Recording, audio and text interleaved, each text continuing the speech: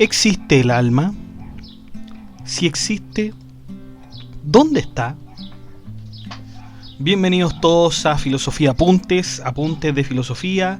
Estamos con las Eneadas de Plotino en el libro cuarto que se trata sobre el alma. Bueno, el mundo inteligible es una de las partes más interesantes de la filosofía platónica, pero también de la filosofía plotiniana.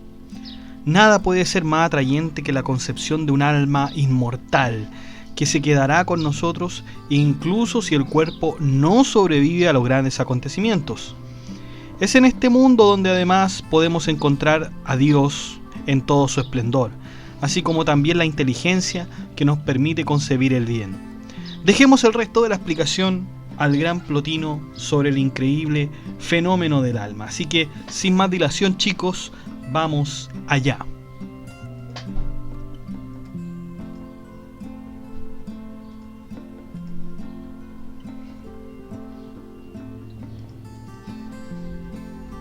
Bueno, la esencia del alma.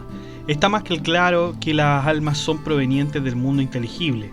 Las almas no son incompletas, al contrario, son completas en el mundo inteligible, pero divididas en el mundo sensible. Como se acercan, ¿no es cierto?, al cuerpo, a la materialidad, se empiezan a dividir. En todo caso, el alma sería algo así como una porción divina, ¿no? Ahora, si admitimos esto, tendremos que admitir que el alma es divisible. Si está en el mundo inteligible, será una, ¿no es cierto? Y si está en el mundo sensible, tendrá que ser divisible, ¿no? Pero ¿cómo puede ocurrir esto? ¿Cómo se explica? ¿Cómo se explica que el alma sea una cuando se acerca a la inteligencia y múltiple, o sea, divisible con el mundo sensible? ¿Cómo es que se hace esto? Bueno, fácilmente porque el alma es divisible al estar extendida en el cuerpo y es indivisible porque está entera, ¿no? Porque está entera en el cuerpo. El cuerpo es el culpable de hacer que el alma esté dividida, pues el cuerpo recibe el alma con su propia naturaleza. Por lo tanto, tenemos que comprender que el alma es indivisible en cuanto inteligible. Pero si la vemos con el cuerpo, si vemos nuestra alma con el cuerpo, entonces ahí la vamos a ver divisible, ¿no? Plotino nos dice que todos estamos regidos por un alma, pero en realidad de varias almas aparte de la nuestra. Los estoicos decían que no era necesario, pues el alma tenía una parte rectora que la gobernaba. El hegemonicón, como llamaban los estoicos la parte rectora del alma, sería la razón misma. Además, esta parte rectora recibe todas las sensaciones del cuerpo a través de una transmisión. Por otro lado, esta parte rectora es además un cuerpo, pues para recibir la sensación necesita también ser un cuerpo, y su lugar era precisamente el corazón. No obstante, objeta Plotino, ¿cómo percibirán las otras partes si es la rectora la que recibe? Si fuera así, entonces la pierna no recibirá la sensación, puesto que es la parte rectora la que la recibe. La solución que propone Plotino es que el alma es la que permite que el cuerpo sienta, y como ésta está en todas las partes del cuerpo, entonces todas las partes del cuerpo sentirán las sensaciones correspondientes en el lugar correspondiente. Y eso es en cuanto al alma, ¿no? Entonces el alma tiene este doble entendimiento, pero es una, dice Plotino. Es una, solamente que cuando se ve con el cuerpo se ve divisible, ¿no? Sobre los problemas del alma. De acuerdo con Plotino, todas las almas tienen la conformación de una sola. Esto va contrariamente con el pensamiento estoico que dice que las almas provienen del mismo universo. Ahora, por supuesto, como todo viene de la forma, el alma superior hace las demás producciones de almas inferiores con cercanía, ¿no es cierto?, a la materia. El alma universal es un todo, es decir, no tiene partes. Es la conformación de todas las almas, el alma universal, pero sin perder la unidad de la misma. Por ejemplo, el número 10 es una unidad en cuanto a que se tome como un número aislado y se puede ver en partes cuando se toma dentro de otro número, pues su unidad en sí no se puede negar, ¿no es cierto? No se puede negar. Por lo tanto, cuando vemos el alma sola, chicos, el alma sola, sin el cuerpo, claro, es indivisible. Cuando la vemos con el cuerpo, ahí es otra cosa. Lo mismo que pasa con el número 10. Todas las almas son semejantes y enteras, en nada difiere una de la otra. Esto se debe a que las almas no tienen magnitud, así como tampoco tienen cantidad. Ahora pareciera ser que podemos decir una parte del alma total, pero ¿es realmente así? ¿Acaso una parte no es un todo en sí misma? Por supuesto que sí, una parte, ¿no es cierto?, también es un todo. Entonces el alma no es parte, siendo que siempre podrá ser vista como un todo. En todo caso, si el alma se dividiese, entonces tendríamos que todas las partes de nuestro cuerpo tendrían alma, ¿no es cierto? El dedo, la pierna, lo cual sería absurdo. En resumen, las partes serían un todo individual. Infinidad del alma. Plotino asegura que el alma tiene una potencia infinita. Incluso si se le corta una parte al cuerpo del ser humano, el alma todavía seguirá ahí. Sin embargo, ¿cómo es que el alma es infinita si se introduce en el cuerpo finito? Para explicar esta entrada, Plotino describe dos maneras de hacerlo: por reencarnación, cuando un alma está en el cuerpo, y por desencarnación, cuando un alma deja el cuerpo. Para explicarla individualmente, tomemos como punto de partida un alma que ya ha salido de un cuerpo. Simplemente la decisión de caer en un cuerpo es del alma y esta es la única que puede entrar en él. Ahora, el cuerpo no pertenece al alma ni el alma al cuerpo, pero sí el alma puede comandarlo. En fin, la relación del alma con el cuerpo es como una red en el agua. El agua sería el alma, mientras que la red, ¿no es cierto?, el cuerpo. El cuerpo es arrojado al alma y el alma lo recibe. El agua se entrelaza con la red, pero no se transforma en la red. Lo mismo va para la red, tampoco se transforma en agua. La inteligencia, que está a un nivel superior que el alma, ve e influye en esta para que el alma haga el bien dentro del mundo que conocemos. Las almas no son enviadas por la inteligencia, ni tampoco van hacia los cuerpos de forma voluntaria, ¿no? Podríamos decir que por impulso o por instinto las almas se dirigen hacia los cuerpos. Es un destino que ellas tienen, no tienen la capacidad de decidir este destino. La procesión de las almas desde el mundo inteligible hacia el sensible se da no solo por regiones, sino que también por cuerpos. En efecto, el alma primero pasa por los astros, luego por el cielo y finalmente cae en el plano terrestre. La inteligencia. La inteligencia no necesitará de raciocinio, porque en el raciocinio mismo está la inteligencia. O sea, la inteligencia es el mismísimo raciocinio, ¿no? Y por otro lado, quien tenga raciocinio es porque está razonando en potencia y no en acto. Por supuesto, el razonar en potencia no es propio de la inteligencia está en acto. Y el alma no necesita raciocinio cuando está en el mundo inteligible, aunque sí lo tiene de reserva, ¿no es cierto?, para cuando tenga que dirigirse al mundo sensible, pues ahí va a necesitar el raciocinio. Esto es interesante, chiquillos. El lugar del alma en el cuerpo. Esto sí que es interesante. Plotino nos dice que el cuerpo no tiene las partes del alma y que tampoco tiene el conjunto del alma en el cuerpo. De hecho, el alma no está en el cuerpo como si de un lugar se tratase, ya que es el cuerpo el contentivo, es decir, el contenedor y no el alma. El cuerpo es el que está en el alma y no al revés. Plotino dice necesariamente, el alma transmite vida al cuerpo. Si el alma no está en el cuerpo, entonces este no se movería. Por eso es el cuerpo el que depende del alma. Por lo tanto, el hombre en su totalidad no sería cuerpo, pero tampoco sería el compuesto de alma y cuerpo, sino que finalmente alma. O sea, fíjense aquí, Plotino descarta a Aristóteles totalmente, lo descarta. O sea, dice el hombre ni siquiera es un compuesto de cuerpo y alma, sino que es pura alma, dice Plotino, pura alma, y lo asegura con una confianza que yo ni me la explico. La memoria, ¿dónde ocurre y a qué seres la memoria se presenta? Plotino nos asegura que no es cosa de seres impasibles ni temporales. Por lo tanto, ni Dios ni la inteligencia y tampoco el alma superior tendrán necesidad de memoria. El cuerpo sería la causa de pérdida de memoria, ya sea total o parcial. El recuerdo y la memoria es una característica propia del alma y no de las cosas compuestas. Estas solo la empeoran. ¿Pero qué facultades tiene el alma para recordar?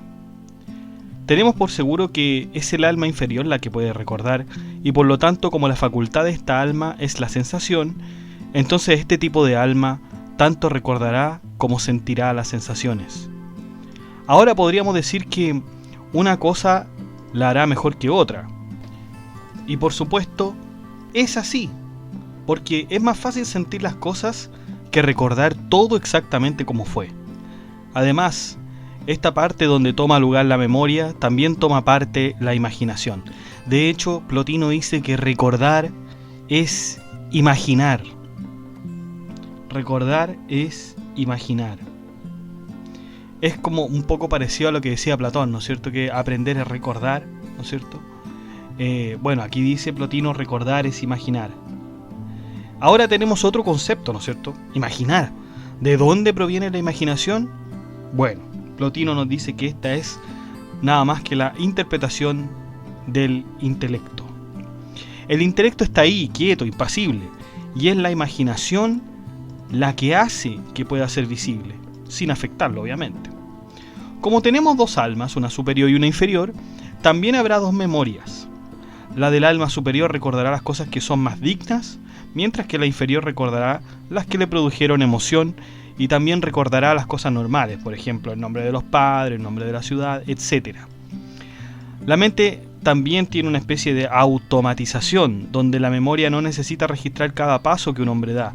Es decir, una vez aprendida una actividad, no es necesario recordar todos los pasos a seguir.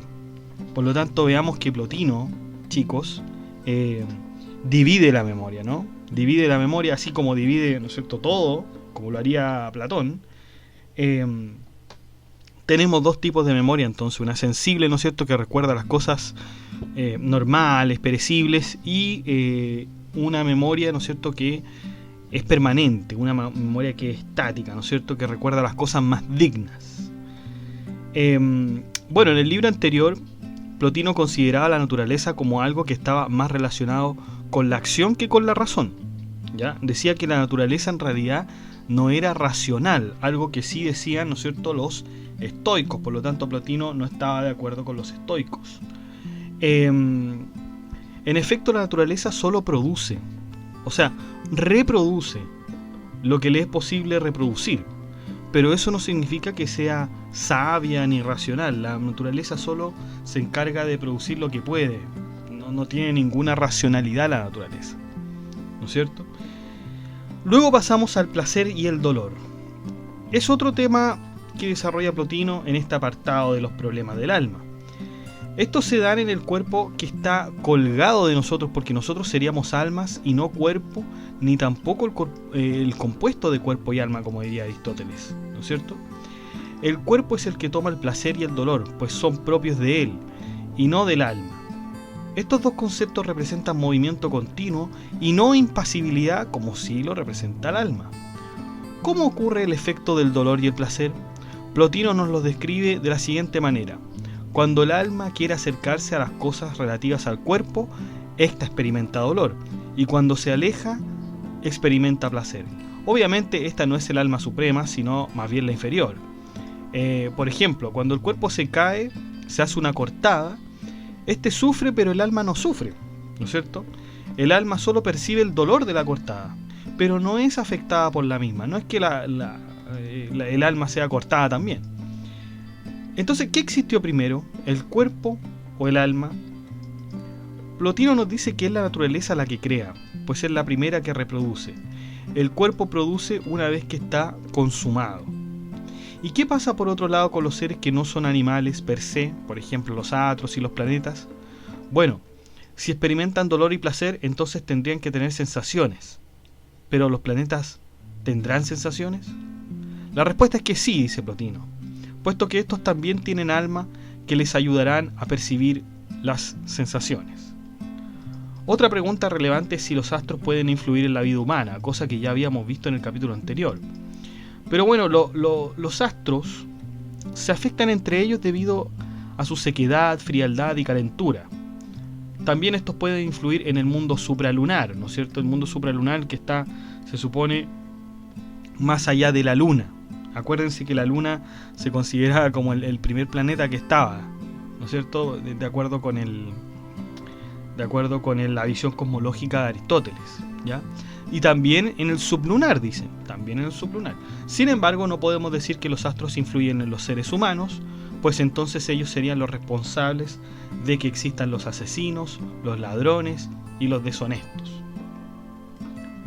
Sobre la visión y la audición. Los sentidos solo pueden darse a través de los órganos o, en otras palabras, a través de los cuerpos.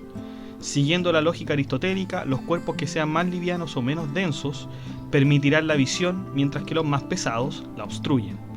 No obstante, ¿quién sufre la afección de ver un color? ¿El ojo? El ojo, que sería el órgano, estaría en medio del color de un objeto y de la visión. Si quisiéramos poner un orden, tendríamos que hacerlo de la siguiente manera. Primero tenemos la visión, ¿no es cierto? Tenemos el ojo, que está entre medio de la visión y el color. Plotino postula una teoría muy innovadora, llamada semejanza. Las cosas que son semejantes se afectan entre sí, mientras las diferentes quedan sin efecto alguno. Por lo tanto, el ojo no sería afectado por el color, sino más bien por la visión, ¿ya? Ahora, existen dos tipos de luces, la luz del propio ojo y la luz del exterior. Muchas filosofías anteriores a Plotino dicen que entre estos dos tipos de luces hay un cuerpo intermedio que los conecta, que es el aire. Sin embargo, Plotino nos dice que no hay ningún cuerpo intermedio. Nada impide que la luz del ojo se encuentre con la luz del exterior. Esto se debe a que las luces del ojo y de la luz se dan por semejanza. Fíjense lo importante que está hablando Plotino acá, porque está hablando sobre la visión. Quizás esto es uno de los primeros acercamientos, a la visión, al concepto de visión, ¿ya? Aristóteles nos había hablado un poco, pero esto es un poco, lo de Plotino rectifica quizás la información de Aristóteles, ¿no? La audición. Se creía en la antigüedad que era el aire el que transmitía el sonido de las cosas hacia nuestros oídos. Sin embargo, Plotino nos dice que el sonido no es percibido por el aire, sino más bien que es producido por el choque de dos cuerpos. Esto es claro cuando se pone el ejemplo en los animales, cuando los huesos suenan dentro del cuerpo, siendo que en el cuerpo no hay aire, dice Plotino, ¿no es cierto? Dice que no hay aire en el cuerpo. Lo que sí hay, ¿no es cierto?, en algunas partes del cuerpo, o quizás en todo el cuerpo, oxígeno, ¿no es cierto? Pero este concepto no estaba conocido todavía, ¿eh? Hay que decirlo. O sea, si bien el concepto de oxígeno fue empleado por Filón de Bizancio en el siglo II a.C., la palabra oxígeno, así como tal, ¿no es cierto?, fue descubierto por el químico inglés Joseph Priestley en el siglo XIX, ¿no es cierto?, siglo XVIII, siglo XIX, ¿ya? Por lo tanto, no se hablaba de oxígeno, sino que se hablaba de aire. Bueno, en cuanto a la memoria, mientras más miramos un objeto, más lo recordaremos. Al igual que los niños, quienes nunca quieren que se les escapen los objetos a la vista, por eso ellos tienen más memoria, porque siempre están, ¿no es cierto?, teniendo en cuenta el objeto, mirándolo todo el tiempo. Si la memoria consistiera de improntas, entonces todos podríamos recordar todo absolutamente. Solo bastaría buscar en el alma las improntas que ya se recogieron. Sin embargo, esto no ocurre. Ahora, si la memoria consiste en la retención de imágenes, ¿cómo es posible que no posea improntas? ¿Cómo es posible eso? No es que sean improntas, sino más bien son percepciones en potencia, es decir, no se recuerdan del todo o se recuerda una parte. Por cuanto más pongamos atención a los objetos, mejor recuerdos tendremos de ellos, pero no es que tengamos improntas, ¿no? Sobre la naturaleza del alma. Habíamos dicho que el alma es inmortal y que el hombre es el alma misma. Sin embargo, no podemos dejar de lado el cuerpo. Por más que el cuerpo sea un instrumento, este colabora con las actividades del cuerpo. Cuando se hablaba de crecimiento, Aristóteles nos presentaba un problema muy grande. ¿Cómo era posible que el alma creciera a medida que creciera el cuerpo? Esto es difícil, chiquillos. O sea, ¿por qué es difícil? Porque en la filosofía decimos que el alma es inmortal y que no depende del cuerpo. Pero usted, cuando se alimenta, usted cuando se alimenta con el tiempo va a ver que su cuerpo va creciendo, ¿no? Entonces, bien podríamos decir, oiga, pero entonces si el cuerpo, o sea, si el cuerpo crece, ¿no es cierto?, a medida que lo va alimentando, y el cuerpo está en el alma, entonces el alma crece junto al cuerpo, ¿no es cierto? Y por lo tanto, tendríamos que decir que el alma sí es dependiente del cuerpo. A lo mejor no del cuerpo humano, pero sí va a ser dependiente de la alimentación, ¿no es cierto? Porque si no se alimenta, se muere el ser humano.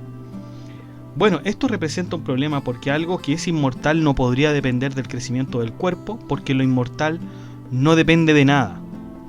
Plotino nos dice que es el alma la que utiliza el cuerpo como instrumento y lo hace crecer a su antojo. Ahí está la solución, ¿no es cierto?, de Plotino.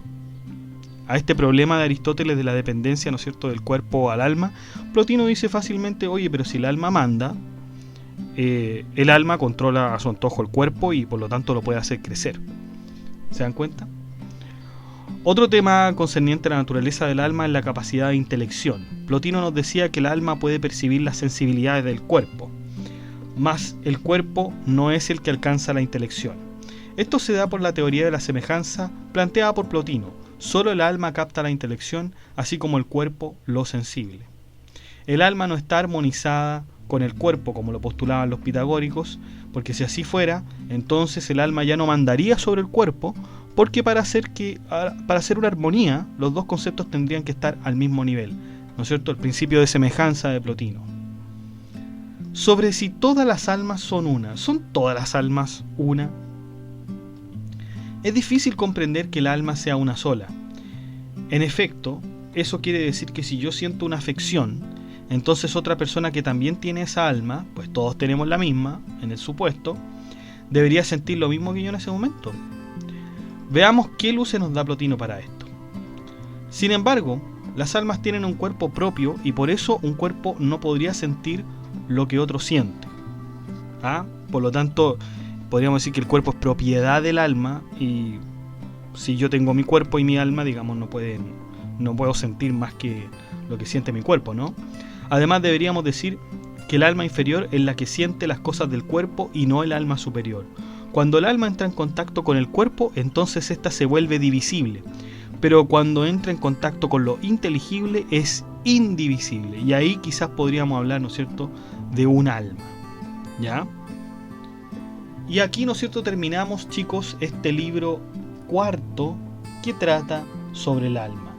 Una estructura teórica sobre el alma plotiniana de la que no podríamos ver más claramente en ninguno de sus libros. Podemos ver cómo en numerosas ocasiones Plotino se sujeta de las teorías de Aristóteles, sobre todo cuando se trata de las características del alma, más que de sus formas, pues las características son de Platón. Es claro también que este libro tiene una fuerte crítica a la filosofía del alma por parte de los estoicos, la cual en mi opinión, la considero válida. Finalmente me pareció que este libro fue menos filosófico y más bien esotérico. Ya, espero que puedan darme su opinión. En todo caso, chiquillos, Plotino tiene una confianza tremenda de que las cosas que dice son así, ¿no es cierto? Y no me extraña porque en efecto todos creían que el alma era algo que existía y que tenía tales características y todo, ¿no es cierto? No era algo para dudar. No era algo para dudar. Hubiera sido hasta ridículo dudarlo. Sin embargo, las primeras dudas, las grandes dudas, vendrán con otro filósofo que es San Agustín de Hipona. San Agustín de Hipona comienza a hablar sobre el alma y comienza a hablar sobre los misterios del alma. Y es tanto así, tan misteriosa el alma, que el mismo San Agustín dice, bueno, saben que yo guardo silencio con el alma. Le reconoce, ¿no es cierto? Reconoce muchas cosas divinas del alma, pero reconoce que no sabe cómo suceden. Es increíble la humildad, ¿no es cierto?, que tiene San Agustín en ese sentido, de reconocer, ¿no es cierto?, sus limitaciones con respecto al concepto de alma. Pero a San Agustín lo vamos a ver después, chicos. Lo vamos a ver, digamos, en unos videos más, porque ya vamos terminando con Plotino. Ya vamos en el libro cuarto, nos quedan solamente 2. Es decir, nos queda el libro de la inteligencia, el libro quinto, y nos queda el libro de el Uno, que es el libro sexto. Y ahí vamos a saber con lujo y detalle qué es el Uno.